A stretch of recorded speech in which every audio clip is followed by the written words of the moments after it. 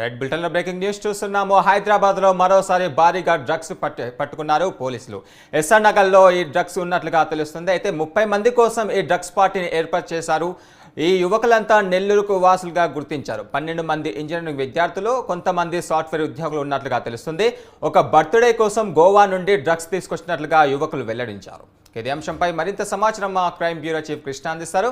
కృష్ణ, చెప్పండి, ఈ డ్రగ్స్ పట్టివేత కారణంగా పోలీసులు ఎలాంటి చర్యలు తీసుకోబోతున్నారు?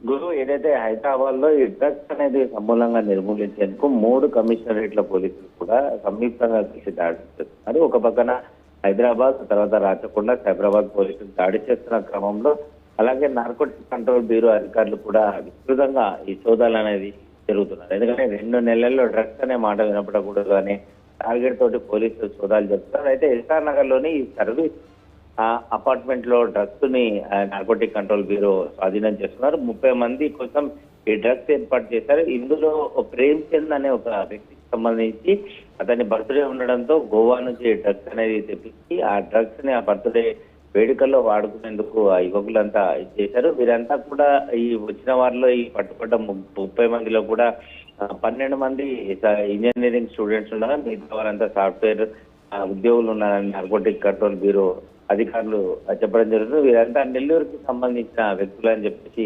భావిస్తున్నారు. మరో పక్కన ఈ నూతన సంవత్సర వేడుకలకు డ్రగ్స్ కొనుగోలు చేసేందుకు ఈ సాఫ్ట్వేర్ ముఠాని ఏదైతే డ్రగ్స్ కొనుగోలు చేయాలని చేస్తున్నారో ఆ ముఠాని రాచకొండ పోలీసులు కూడా అరెస్ట్ చేయడం జరిగింది. ఈ రాజస్థాన్ నుండి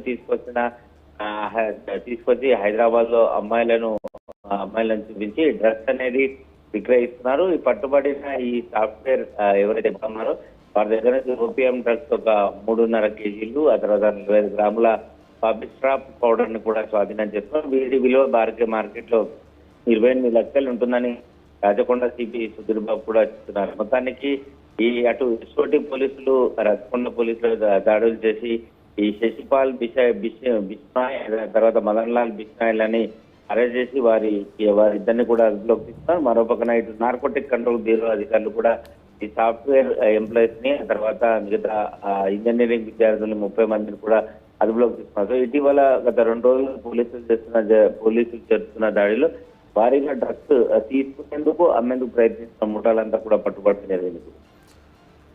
అయితే కృష్ణ, ఇదివరకే నిన్ననే ప్రకటన చేశారు సిపి, తెలంగాణ మొత్తం అవినీతి రహిత డ్రగ్స్ కేంద్రంగా మారుస్తామని చెప్పారు కదా, దీనిపైన సిపి ఏ విధంగా చర్యలు తీసుకునే అవకాశాలు కనిపిస్తున్నాయి? ఖచ్చితంగా దీని వ్యవహారానికి సంబంధించి ఈ గోవా నుంచి పెద్ద ఎత్తున డ్రగ్స్ అనేది హైదరాబాద్ కు సరఫరా అవుతుందని చెప్పేసి పోలీసులు ఈ స్పష్టంగా తెలుస్తుంది. సో ఈ నేపథ్యంలోనే గోవా నుంచి మన ఏదైతే హైదరాబాద్ కు వచ్చే రహదారులన్నింటినీ కూడా పోలీసులు మూసివేసి అక్కడ ఒక ప్రత్యేకమైన చెక్ పోస్ట్ ఏర్పాటు చేసి ప్రతి ఒక్కరిని కూడా క్షుణ్ణంగా తరలిస్తున్నారు. అంతేకాకుండా కొంతమంది ముఠాలు ఈ పోస్టల్ ద్వారా తర్వాత ప్రైవేట్ బస్సు తక్కువలో ఈ ఎల్ఎస్డి డ్రగ్స్ అంటే ఎవరికి అనుమానం కాకుండా స్టాంప్ తరహా ఈ డ్రగ్స్ అన్నింటినీ కూడా ఎల్ఎస్డి డ్రగ్స్ కూడా హైదరాబాద్ కి పోస్టల్లో ప్రైవేట్ కొరియర్ ద్వారా కూడా విక్రయాలు చేస్తున్నా కూడా తెలుస్తున్నారు.